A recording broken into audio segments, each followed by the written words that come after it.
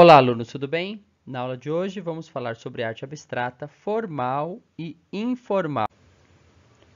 Na arte abstrata informal, por exemplo, também conhecido como abstracionismo lírico ou poético, tem como principal característica expressar os sentimentos e as ideias do artista de modo natural, isto é, com inteira liberdade para se manifestar de forma livre.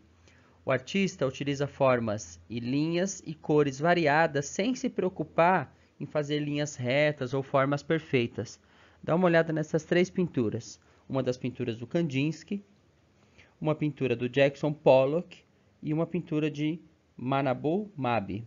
As três não usam formas retas nem expressa linhas perfeitas. Todas as linhas são livres, as cores são variadas e você vê um universo um pouco aparentemente bagunçado, mas é chamado de abstracionismo informal, justamente porque as cores e formas são livres.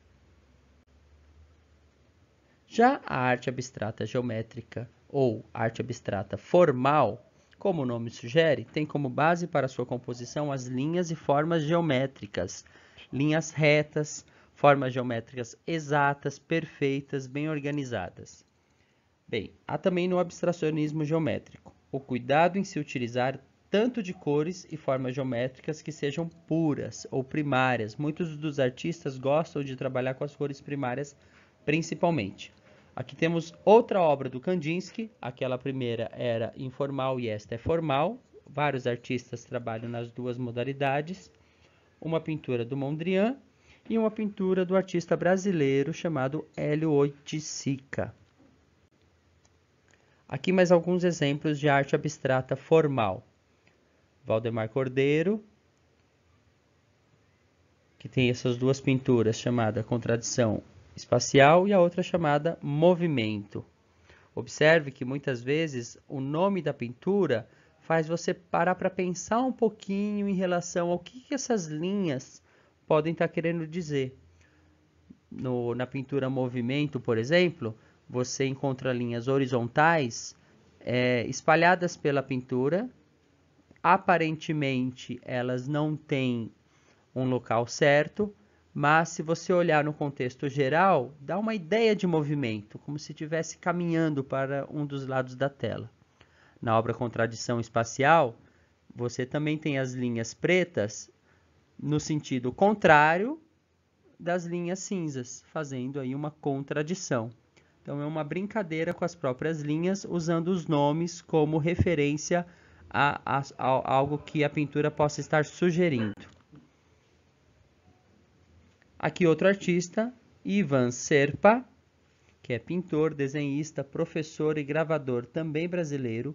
A obra de Ivan Serpa, desde o início de sua carreira, oscilou entre o figurativo e a arte concreta.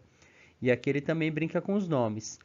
Olha essa primeira obra, Faixas Ritmadas. Tem uma série de faixas mais longas e mais curtas, e ele sugere aqui um ritmo para essas faixas. A gente pensa no ritmo por causa do nome. E uma outra pintura aqui chamada Círculos no Espaço.